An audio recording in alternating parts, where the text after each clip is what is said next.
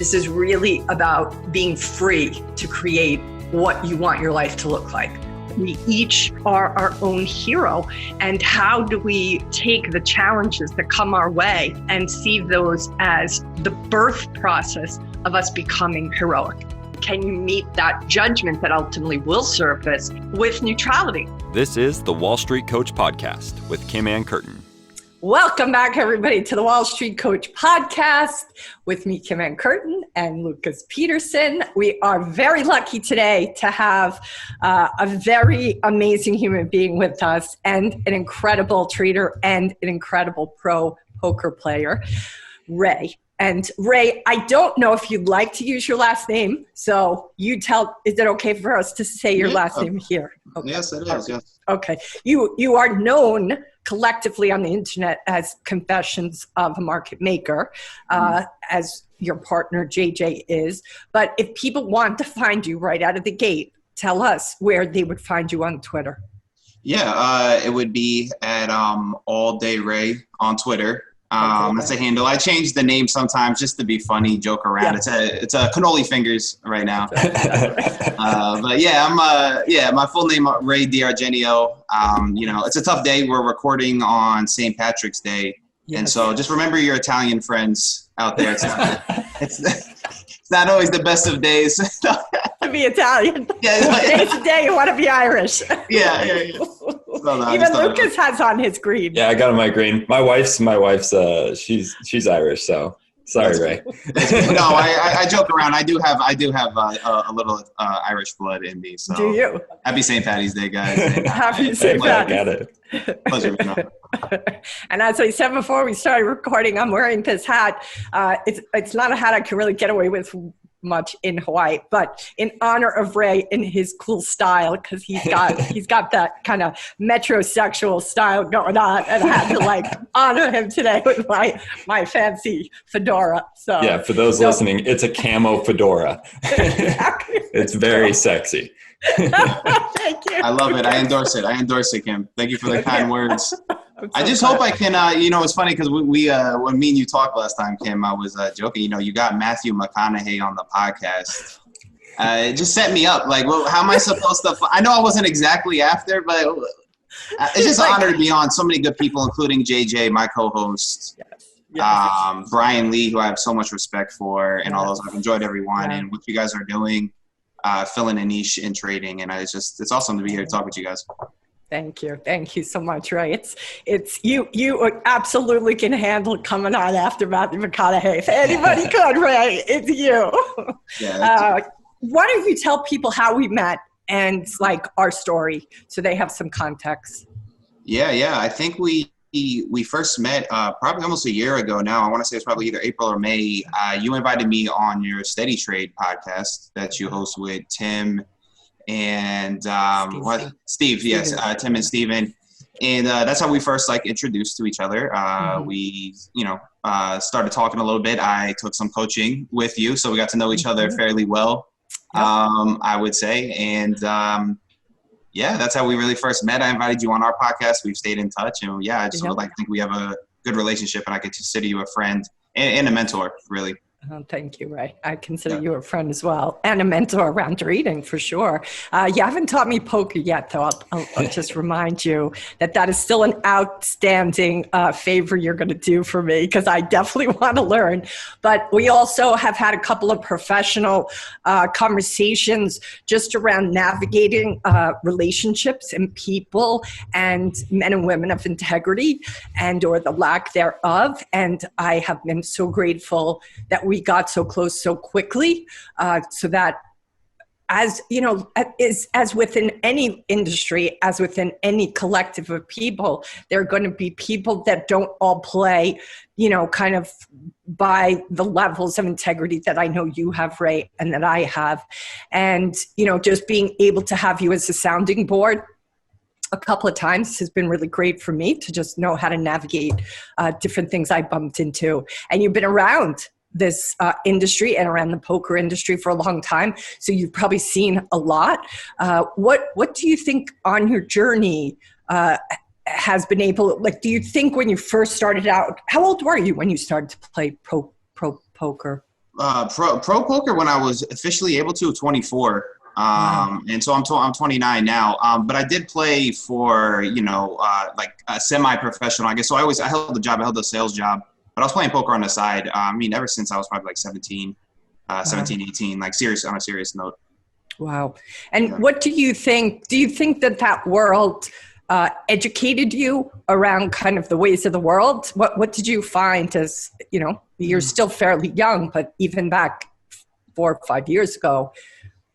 Yeah, I mean, to be honest, no. I think like life just taught me about like the ways of the world, first and Yeah. foremost, even more Yeah. so than poker. But it's funny you bring that up because some people in poker, there's been scandals. I mean, just like you get in trading too, but really any aspect of life. But people in poker sometimes act like it's unique to poker. And like, oh, the scumbag in the poker. Like, no, there's scumbags in every area of life.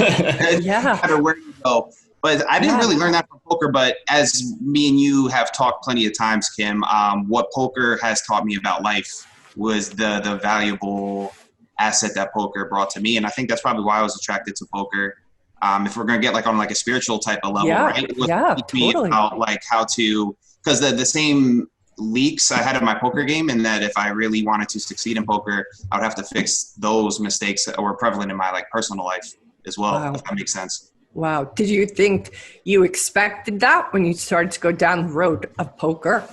Absolutely not. No, I mean, you don't know. I get into it because I seen my father was like really into it. I used to sit behind the screen at like 12, 13 and watch him play poker like up late at night winning money. And it was like so exciting to me. It was just the love of the game is what first attracted me to it. Wow. I didn't know what I was in store for, Yeah. It's like Jedi. I imagine Jedi training, when you really get into playing frequently and you start to realize, okay, this is something I'm going to get really serious about. I imagine it's going to just, with anything you want to be disciplined in, it's going to ask everything of you.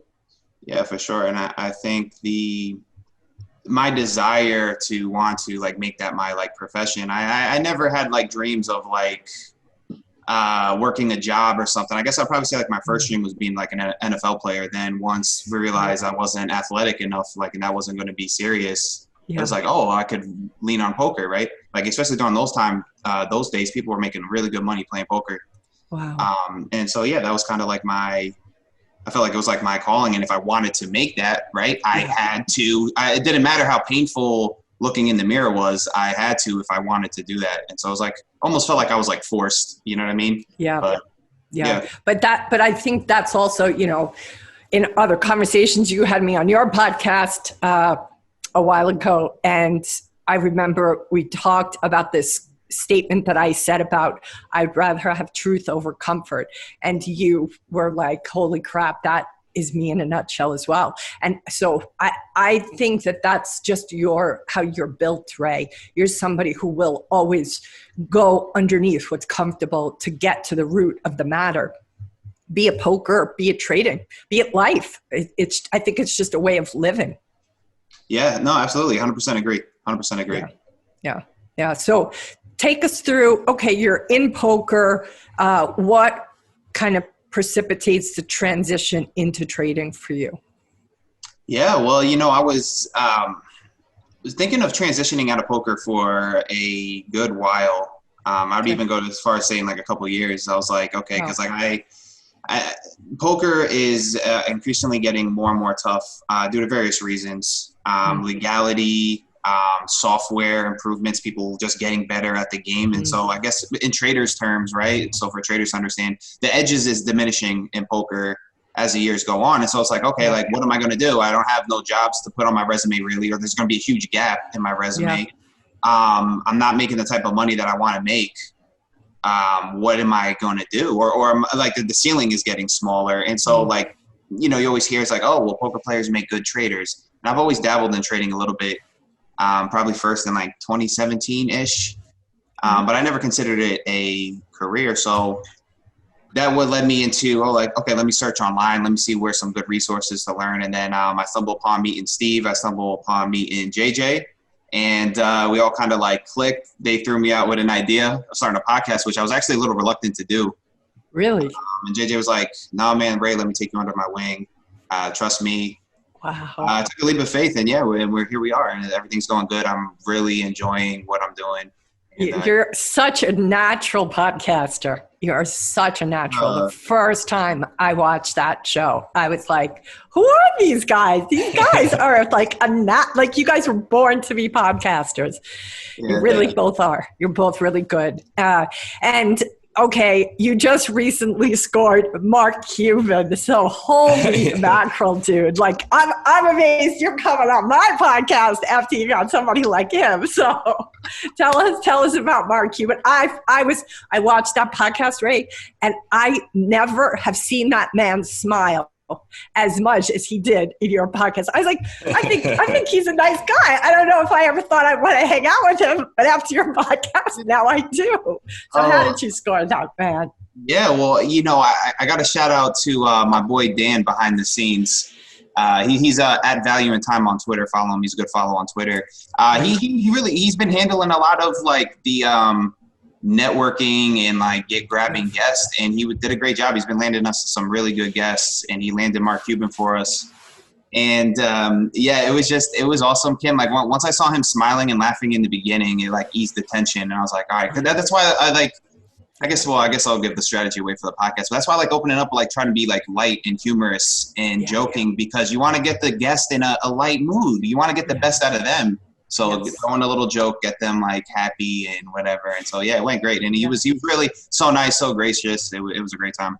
It's just so great. And then you've also had the mayor of Florida come on. I mean, damn, dude, you're just killing it. So tell us how that went. Yeah, well, that's great because we're down here too. So like, that's perfect. And he's on the forefront of, I mean, he wants to put the treasury and the Miami City Treasury in BTC. He wants to give employees a chance to be paid in BTC, and he wants to give Miami residents, if you want to pay in BTC or the cryptocurrencies, you can. Most of these politicians want to say things so they can stay in office. That's a very contrarian thing of him to say. I mean, he's like the first one really saying this. Yeah, and, obviously us being in finance, I've been in cryptocurrency since 2017. Luckily thanks to poker, because I had to transact that way.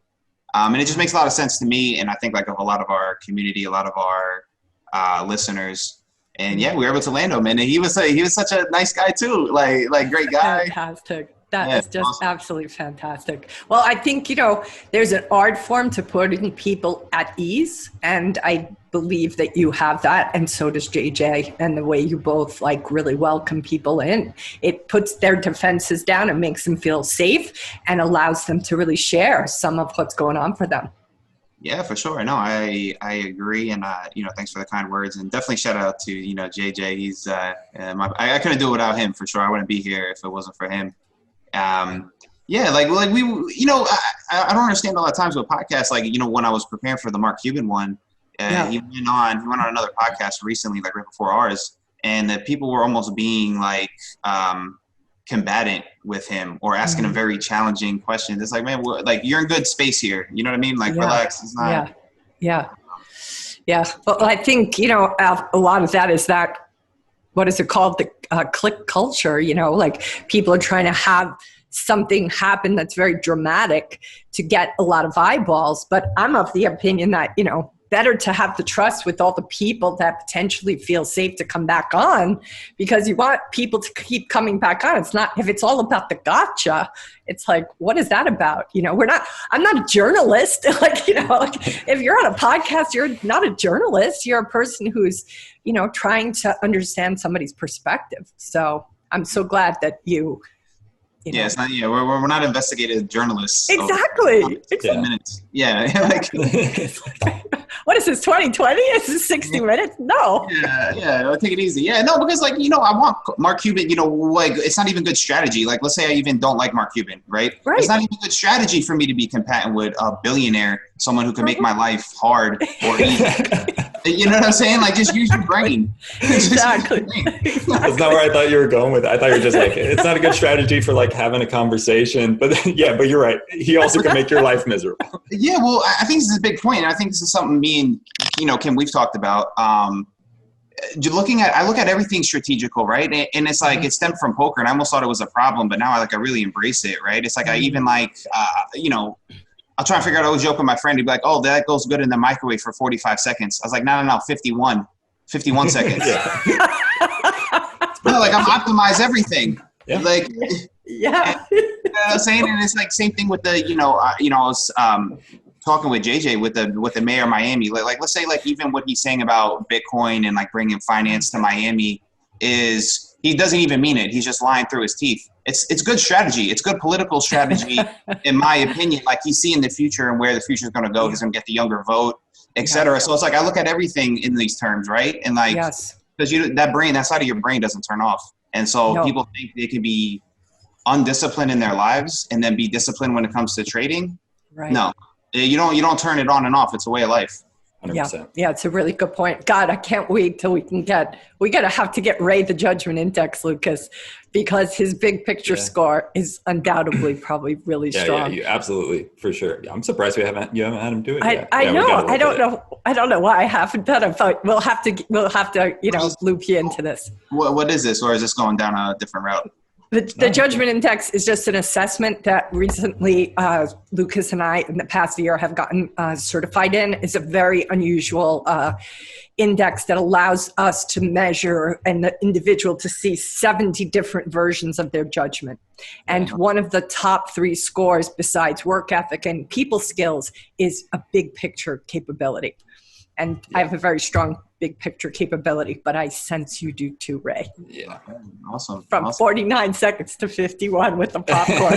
That's the indicator to me that you probably have a really good big picture score. So we'll have to arrange that when we come off the podcast for you to get this assessment. There is a fee for it, but we're not going to charge you because you're family, not your friends and family, Ray. Appreciate it. Thanks. So tell us a little bit about what you do now for traders. Tell us about your room. You have a couple of rooms. You have a couple of like really important places where people learn quickly. You guys have invited me, and I'm sorry I haven't gotten in there yet, but I plan on getting in there once I could. I had so much coaching going on. There's not enough time for trading, but tell us about your room and how you support traders, especially new traders. Yeah. So afterwards, like we got started with the podcast first, and then it kind of evolved into like, people really liked hearing JJ. Like even when we first started the podcast, that's when I first started trading, and it was like kind of going to be like, okay, let's watch JJ take him and watch him mature into a trader. That was kind of like how the podcast started at first, with JJ revealing what goes on behind the scenes of trading. And so that's how it kind of started off. And then it was like, okay, like other people liked what JJ was saying, and so they're kind of like the demand was there. So we started up, a trading room. Now it's one trading room, but we have two under the same umbrella. JJ trades futures, the micro ES, it's microefutures.com. And then as I started maturing as a trader, I started branching off into trading equities. And so it was like just a natural progression. Okay, let's offer for people who want to trade equities. And so it's still the same like room, but you have futures room, you have equities room. So I'm in the equities room. I like screen share, trade, throughout the day.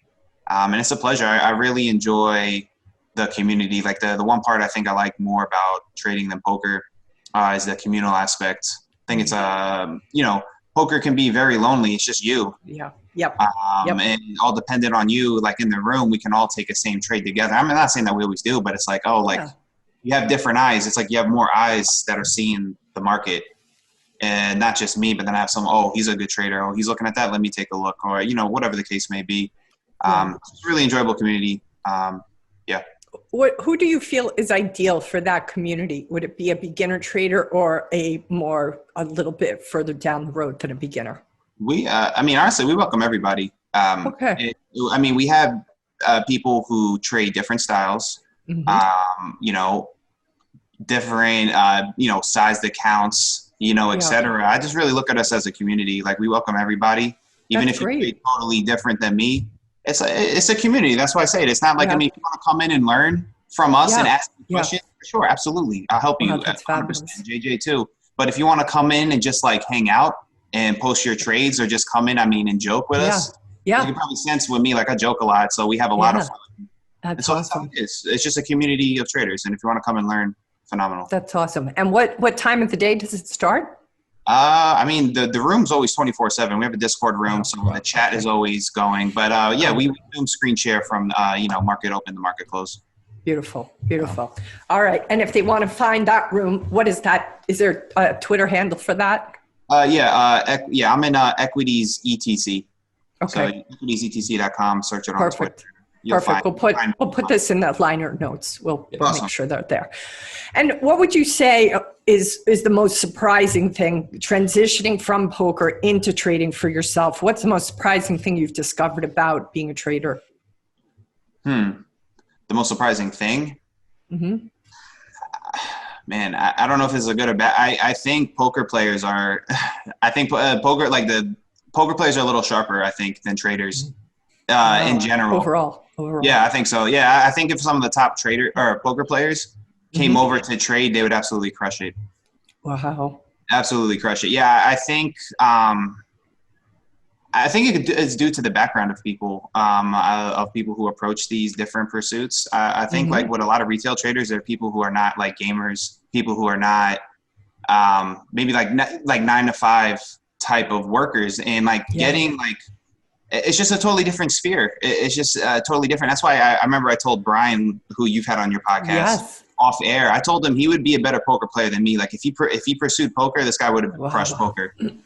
It's just a totally different mindset. And so I think people who are gravitated to poker come from more of like a gaming type of background, or they enjoy puzzles. They enjoy whatever the case is. Yeah. Sometimes the stock market, people get into it for other. I don't know, they get in through their 401k, or like, they heard someone say something about Bitcoin and they really don't. So I don't know. I guess that was kind of surprising to me. I guess kind of the lack of like game theoretical knowledge of a lot of traders. I mean, even some that claim that they're good traders. Wow. Yeah. So talk more about those who claim that they're good. Do you feel that it's just a matter of time till they're proven they're not that good?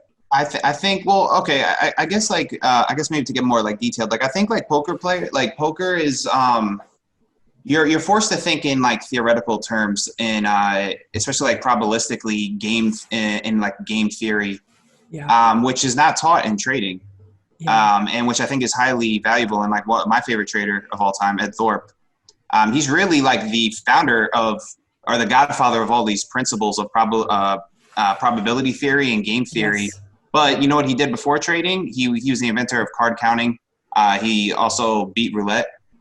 In the 60s, a mini computer. He built a mini computer in the 60s to time the spin of the wheel. And so those are the type of traders that I gravitate towards and respect. But that's probably biased due to my background, though. But you gotta trade to that personality. For sure, but it's also, I think, a level of respect that this is. I hate to say this is a game, but I don't mean it in a derogatory sense. I mean it in the sense that games have rules and games have a system, and there is probability that you have to pay attention to if you're going to be a serious game player, never mind a trader. And that, to me, is brilliant. It's brilliant, right? And even I know you listen to Tim Ferriss's podcast from time to time, Kim. I think it was one of the recent ones he had. I forget exactly which one it was, and it made me feel like I almost like reaffirmed myself. Not that I think I really needed it, but Tim Ferriss mentioned that one of the most underdeveloped skills he thinks in people is their probabilistic thinking, way of seeing things in probability. Things are not. Rarely is anything in life black and white. Right. Right. And like I think that's one of the biggest things I've learned from poker. It's like it's you know what I mean. No one's ever good or bad, right? Yeah. Things aren't always this way or that way, far left, far right. You know what I mean? It's always so it's kind of it makes you think I'm crazy sometimes, or like it's hard talking to certain people at times without me getting frustrated or like agitated, whatever. Yeah. Did you ever listen to Tim's interview? And I think he talks about him a few times, maybe more than once. Josh Waitzkin. Oh yeah, that's probably the one. I love him. I'm sure me and you probably talked about him. One of my favorite books. Yeah, he's awesome. Yeah. Because he's coming from the chess, but he's mastered so many different art forms, if you will. And I think it is because of his mindset, his ability to see it and break it down and step into the probability, even to surfing. He's a surfer. I mean, he's just a true Renaissance man at being able to say, okay, how do I attack this? How do I go about learning this particular skill set? And that is, I don't know that the majority of traders, especially this past year with everything that's gone down, people are just plowing in, not realizing that there is a methodology, so to speak. Yeah. And it's heartbreaking.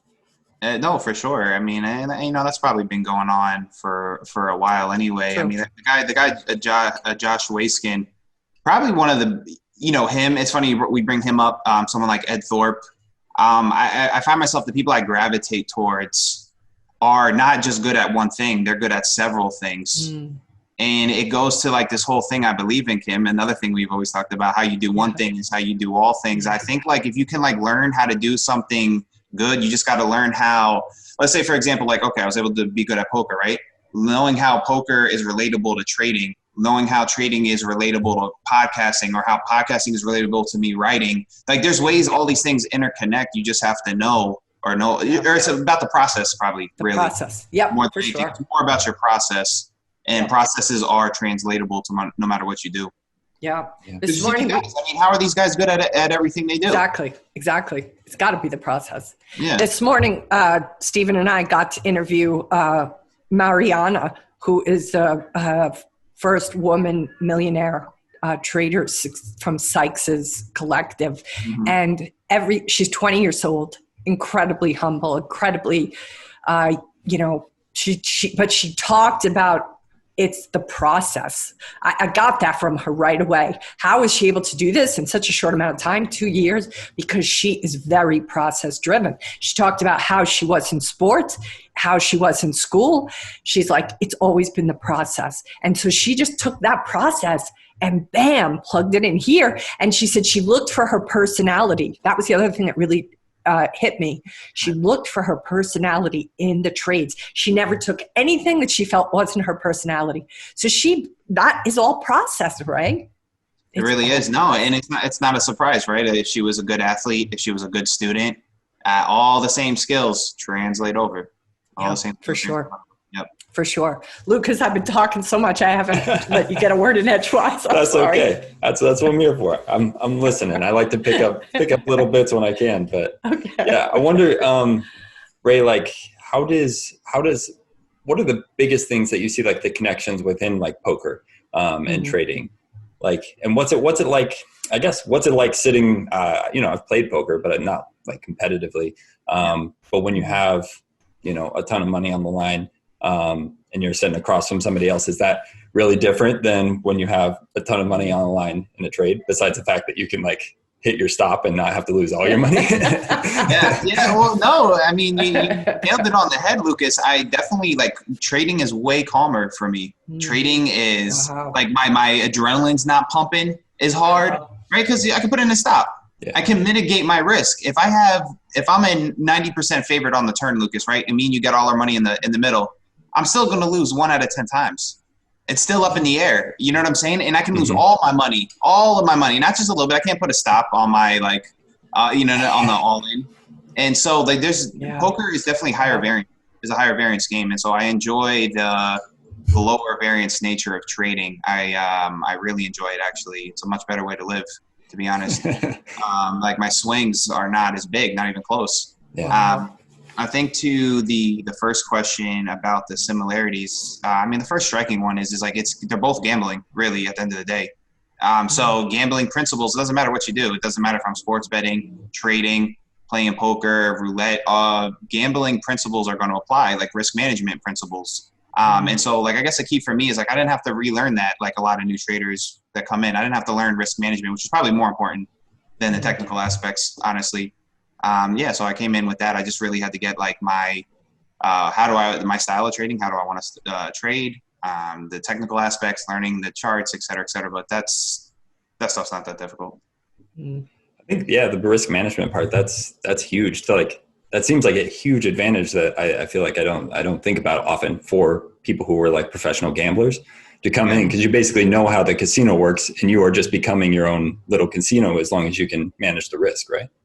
Yeah, for sure. Yeah. And I think like even just analyzing like risk reward, which I think like, I guess kind of going back to the conversation when was like one of the striking differences. And like, you know, I come from poker, but I also come from the gambling world in general, like gambling on fantasy sports, gambling on sports betting. I mean, all these things overlap, which is funny why you'll see poker players that are good traders, but you don't see traders that are good poker players that started vice versa. Interesting. You don't. You really don't.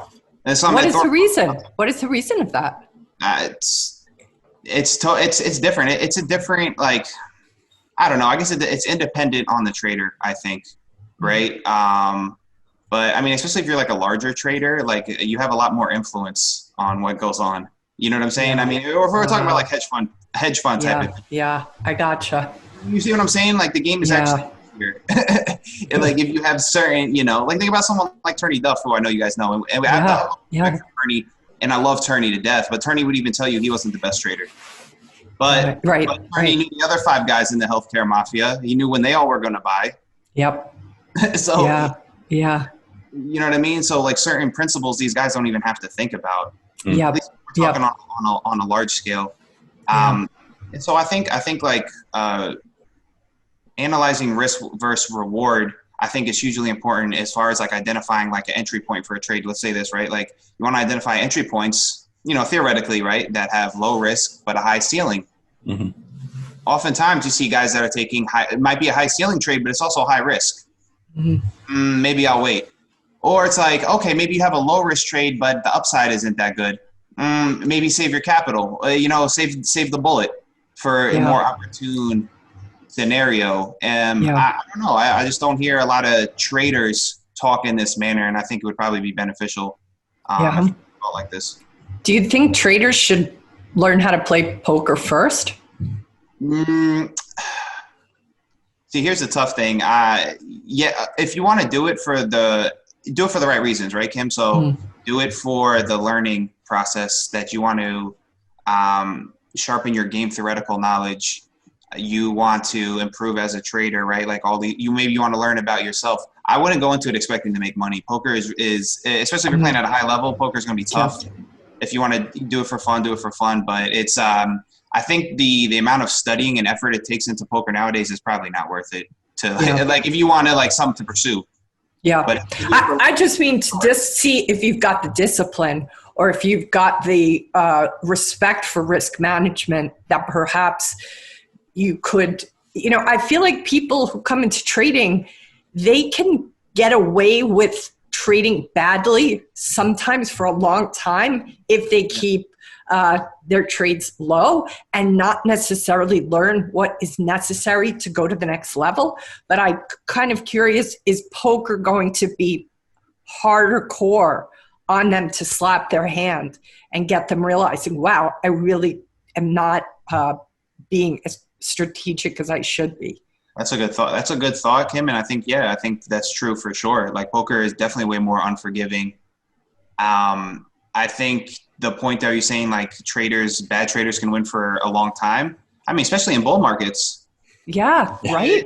I mean, we're in periods, and this is what I was even nervous for myself, is that like, I was trying not to get myself too excited about my own trading results, because if anyone was closing their eyes and clicking the green button on the screen, they were winning money. Exactly. You know what I'm saying? Yeah, it was totally complicated. So and that's the whole other thing about this, right? Is discerning, are you good or is it just luck? It's probably a mixture of both, but being able to be, you know, preferring truth over comfort, really analyzing yourself. Yeah. And then even that, right? You can still analyze your trades with hindsight bias. Yes. Yeah, 100%. Yes, absolutely. Like, did I actually make a bad trade? Or did I just use all the available information I had at the time and I made a good decision? Yeah. Because it's easy in hindsight, right? Because we have information we weren't accessible to in the moment. That's true. So it's just, you can go down a rabbit hole with all these things, but there's a lot to actually really think about and process, and this is why it takes people years. Yeah, for sure, for sure. And the book that's coming to me, Ray, that you recommended to me a long time ago was Maria. Is it Kornikova? Biggest Bluff. The Biggest Bluff. That was just such a sobering. Like I felt like I could replace the word poker with trading throughout the whole book. Yeah, game changer for me. Yeah, for sure. I recommended it to everybody. Reading, and her being a writer. Yeah. Not like a lifelong poker player. I think she represented poker and very well. The mindset, everything. Great book. I remember that was at the time when I was like, hey, you got to teach me how to play poker. Because I remember thinking, wow, if I could learn poker, then maybe, there was that hesitation still in me that I can learn trading. But I felt like, wow, that would be almost like Navy SEAL training to prepare myself for what's ahead. You might be onto something. It might be a good idea for people, but it's not for money, not because it would be the same as thinking you're going to make money as a trader for the first year. Here's the thing, Kim. Like when you play for play money, people don't play the same way. So that's true. That's a good point. You don't respect the money. That's true. It's totally different. Like sim trading than trading when you got money on the line and your adrenaline's pumping, the heart, your heart's going to beat out of your chest, the type of situation. Yeah. And so with poker, you're going to have to put yourself in those situations and true. Hey, if you got the capital, great, do it. And it's probably is phenomenal training. You just see it as an education is your education cost. The money you lose in poker. It's not poker in the parks in New York City, but those old men playing chess. That I just remember, I have still not learned how to play chess, but I'm fascinated by the game. Always have been, and have always wanted to learn, just haven't made it happen. But I remember walking through, especially I lived in the East Village for a good 6 years, and these guys, man, wow, just to stand near a game, you're allowed to, you kind of for me, I was a little nervous to approach, but they were like, you can watch us. And I would just be like, these guys are like the salt of the earth. They've been playing for probably 40 years.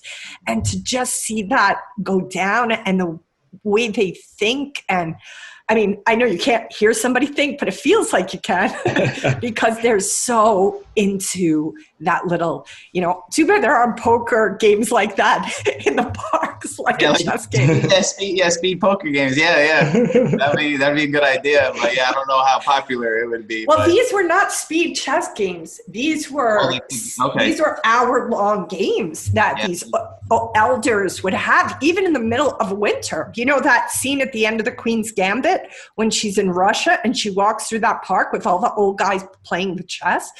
There are parks all over New York where those chess players meet and play all day. It's incredible. I think that's where Josh Waiskin got cut his teeth when he was younger. I remember. That's right. I think you're right. I remember in his book when he would first play, when he was 6, 7, 8 years old, he would practice on the adults. He would practice on the adults in the parks. Yeah. That's right. That's right. What a genius this guy. Yeah, a total genius. A total genius. All right, Ray. So what would you say is your advice to somebody who's watching this now, who maybe has just started to get into trading? What is it that they don't want to make these mistakes that you're talking about can happen easily for a beginner trader? So what are the top 4 things you'd suggest to them?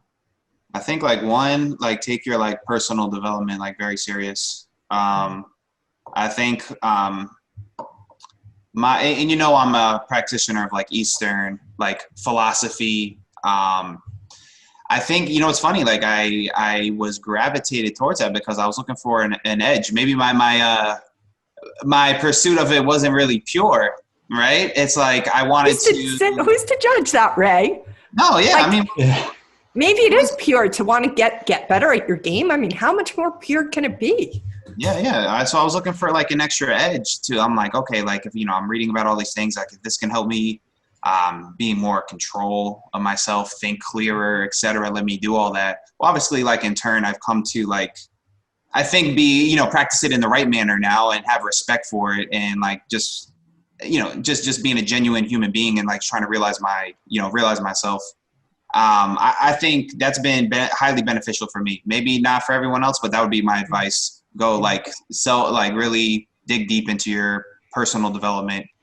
I think too, I mean, just read books. I think that's another one. Read books. I think like sometimes you'll find inspiration and ideas about trading that's not even trading related. You know, and I got to thank you, Kim, for putting me on to, I was never been a fiction reader. You told me go out there and read fiction, and I'm like absolutely loving it, and like learning about life principles, reading fiction, which I never thought, right? Incredible. So I say read, whether it's trading, non-trading, put your head in the books, read. I guess like trading wise, make sure you take your risk management highly seriously. It's pretty simple, right? Like we could sit here and flip a coin, like pick stocks, flip a coin. As long as my risk management is good, I cut my losses quicker. And I'm not saying like do this, right? Like just giving an example. But if your risk management is good, you'll most likely be a profitable trader. Yep. Just take risk management. Now, I'm not saying highly profitable, right? Like there's to go from there that you build on. But first and foremost, risk management for beginners, newcomers. Other than that, I don't know. I mean, that's what rolls off the top of my head. All right. And the sophisticated traders, what would you say to them? Ooh, for sophisticated traders? Ooh, I mean, they probably have a good grasp then. I probably don't need to say nothing to them. Then now they're just like block everybody else out and just focus on what you do. That's what I would say. Because I think sophisticated traders can fall into that trap of, he's making this or he's doing that. It can be like, because once you start getting good in your craft, you get good in your field, you start looking at who else is on the top, right? You know, how as good is he? No, block all that out. Just remember what got you there and stick to that. And just That's one thing that is super impressive about Brian Lee. Like you said, I mean, I look up to him, I feel like the same way you do, because he's just like, he is so good at just like knowing what is him. And it feels like, I feel the same way about you. I feel like you're just like, I know who I am, and it works. And I think that probably is a lot to do what you, like you said, like learning a lot about who you are.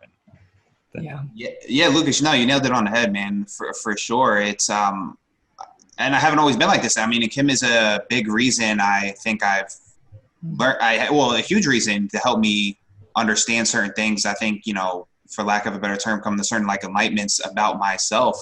But like knowing yourself, then you're comfortable with who you are and you know who you are, and you can like exercise that. It doesn't matter what anyone else says. It doesn't matter. I already know like who I am. And man, Brian's awesome, man. Shout out to Brian. And I told him this too, and I wasn't being facetious. Like I told him like, we've interviewed a lot of traders, legendary traders too. I think he's one of the best ones we've talked to. When I was like talking, I was like, damn, like this guy is like, this guy's good, man. Shout out to Brian.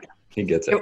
It was an amazing interview for me to watch, because I'm still this, crawling around the floor infant trader, baby trader.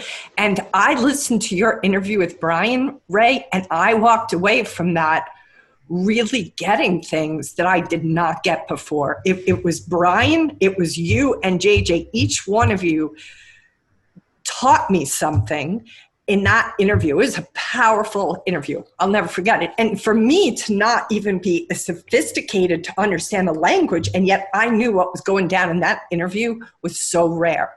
So it was palpable, Ray. It was a palpable interview. Good. Yeah, I'm definitely gonna have to have him on as a repeat guest. Yeah, for sure. He is our most watched podcast so far on my show. Even Matthew McConaughey isn't as high as Brian. Brian, you got more pull than McConaughey. Exactly. No, man, and people love Brian, man, and it's it's not no coincidence, Yeah, and because he's so authentic with giving back too. Yeah. He's so honest about what he's going through and how he navigates it, and I think that's not just the wisdom that he's imparting, but just the reality. He's not what's that word? Like he doesn't need to like put the flash. He's just, and that I think it's just refreshing, right?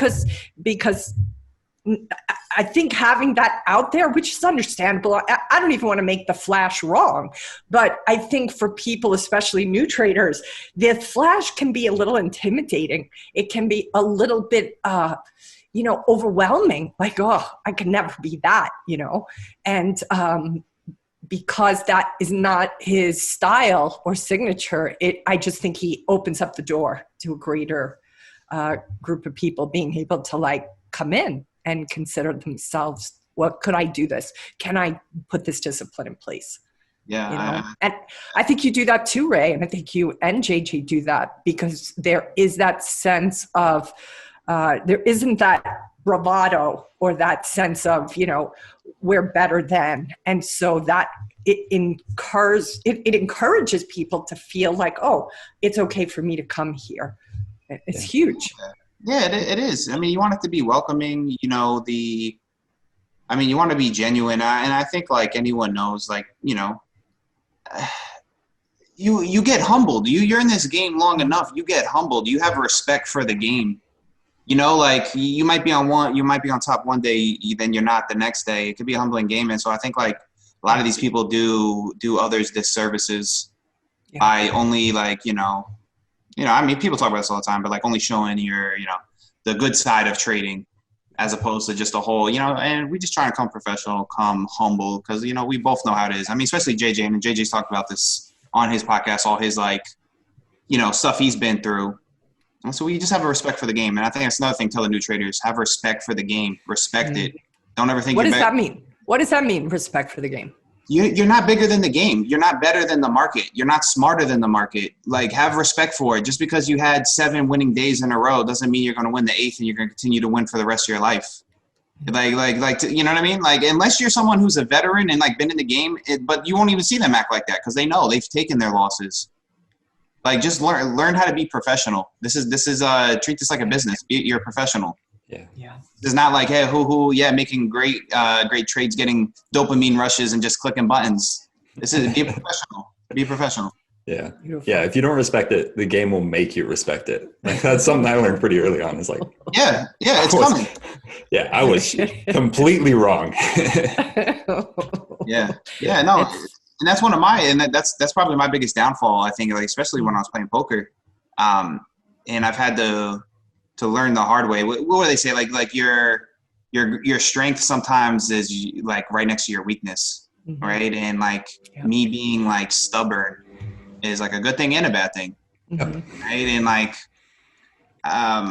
just failing, I guess, like failing to admit certain things about myself, or like thinking like no, like this wasn't luck. I'm a great player, or like, and it'll stop you from making improvements. And like when you get that big ego and like you're God's greatest gift to trading, you're probably going to you're going to lose. Yeah, my greatest winning streaks always followed big down streaks. Always. And so even when I'm winning, I'm very conscious now to keep myself even keel, calm down. Like, you know what I mean? Respect the game. Just stay to your process. That's all you need to worry about. Just. Yeah. And that's that's advice to anyone out there. Respect the game, and no, you're not God's greatest gift. that's really you're not that good. just forget about it. It's good life advice too, right? It's good really life advice too. Just stay humble, and everybody's out there doing the best they can. So just keep that in mind. And all right. So what would you say are one of the things you and I have talked a lot about is just this kind of that there is an existence of like sometimes in different circles like that toxic masculinity. What would you say to just young men out there in the world today, just around how they journey through their life? Like, I'm always about men getting the tools to how to navigate hard to be with feelings, because I feel the culture doesn't necessarily encourage that. What would your advice be just to young men today in the world we're living in? How to navigate it? How to navigate as a young man? I mean, I think just like what you feel and what you think others feel and think as well, right? Like it's not I think it's braver to, be genuine with people than it is to like hold back, I guess. I don't know. I guess it's such a hard answer just to, or a hard question to answer directly, Kim, right? It's like so nuanced. I think just like speaking from my experience, and you had me watch, what was that documentary? I forget. The Mask You Live In. The Mask You Live In. And when they mentioned how, I grew up playing sports. I still love football to this day. But like locker room culture, how, toxic masculinity is spread through sports. And I'd never thought of it because I know you had me go look through this, and I'm like, oh, well, I'm hesitant to everything you suggest me doing. You know what I'm saying? I'm hesitant to everything, but it's always good. It's always, great suggestions. So I'm like, I'm in good hands. You're smart. You're a smart man. You're very strategic. You're like, is this going to potentially make me uncomfortable? I don't think I want to do this. Yeah. No, truth over comfort. But I don't know. I guess it's a tough thing. I don't know if I have like a direct answer. I think that it's going to be like you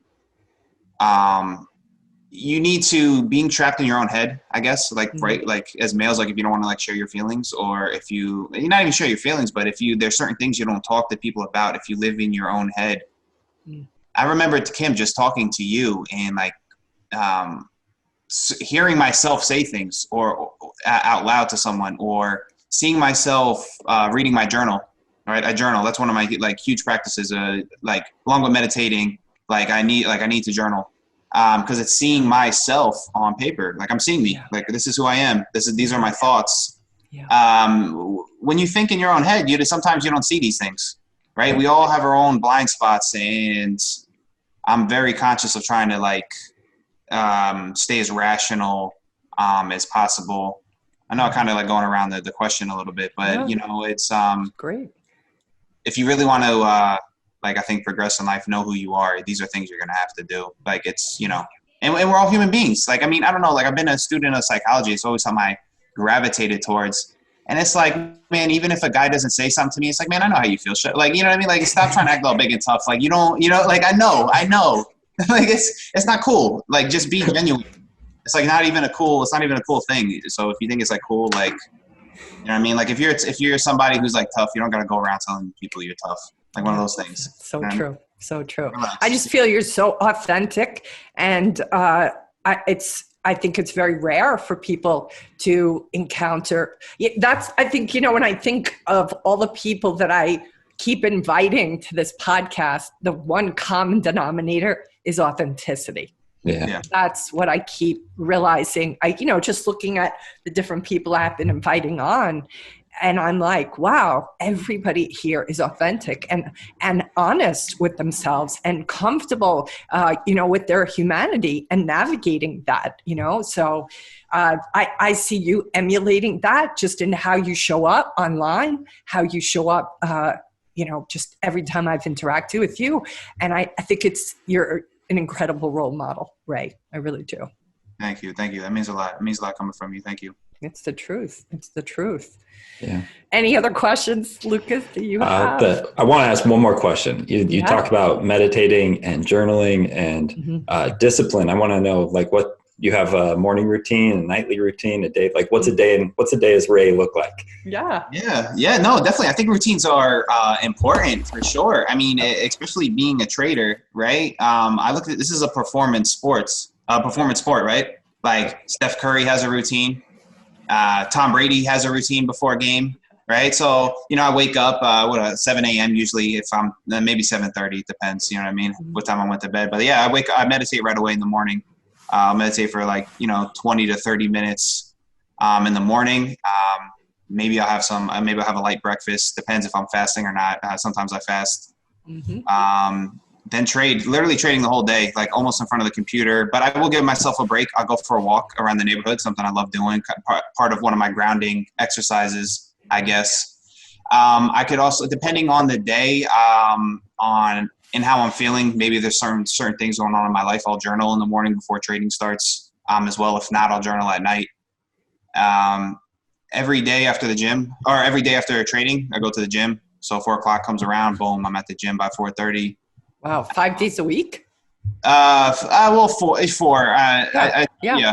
4. But yeah, no, I mean, there's been times like I'm big into working out. That's another meditative grounding thing for me. So yeah, that's it. Then at night, it depends what I got going on. Maybe I'll do some trading type review or back testing type things. Journal, read. I definitely night is usually more for reading, like settle down.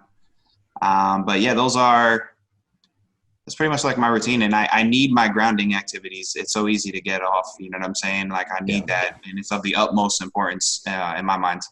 No, I love it. I honestly think it's so important. I mean, we, as humans, as animals, all animals have a routine. And so if you're not aware of what your routine is, you are developing a routine that you haven't put the thought process into. So I always am fascinated to see what people's routines are. And it sounds like you have I knew you would have thought about the process. And so like having those grounding routines, having, Kim has talked about this a lot before, but like a purge at the end of the day and like going to the gym, I think is perfect. Like it just it flushes everything out. It gets you back into like being a human running around the world instead of just like this computer locked onto a screen. So it's awesome. Man. It is. It's crazy how I'll notice like my, just part of trying to be an aware like human being, right? Like at the end of the day, like you're talking about, it's like, man, like it's harder to stay grounded at the end of the day. Like my mind is just like, especially if you're just watching ticks all day. Just it's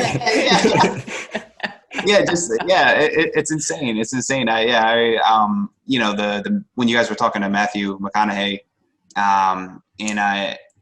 when he was talking about that, capturing when you're in tune and like holding on to it. And like, it's, cause there's things happen, whether it's internally or externally, like you're going to get like knocked off sometimes. And so I think having those things that can help bring you back is of the utmost importance. Yeah. It's a key. It's a key. Ray, thank you so much. We're going to probably have to ask you to come back again if you're willing. Man. This was such a great conversation. Thank you for coming on. Thank you for being so genuine, as you always are. This is a really special conversation today. No, awesome. It's a pleasure. I feel honored to be among the company that's been on this podcast. I really do. Like from where I was to like come on, it's awesome. Matthew McConaughey, that's crazy, man. Crazy. Shout out to you guys. You guys are doing great work. You guys are doing awesome work. Thank you. It's needed. It's really needed. Thank you, Ray. Thank you so much.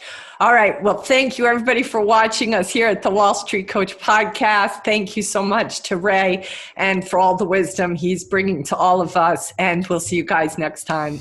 This has been the Wall Street Coach Podcast with Kim and Curtin. You can find out more about her and her team online at thewallstreetcoach.com. If you've enjoyed this podcast, please consider leaving a 5-star review on iTunes. Thank you for listening.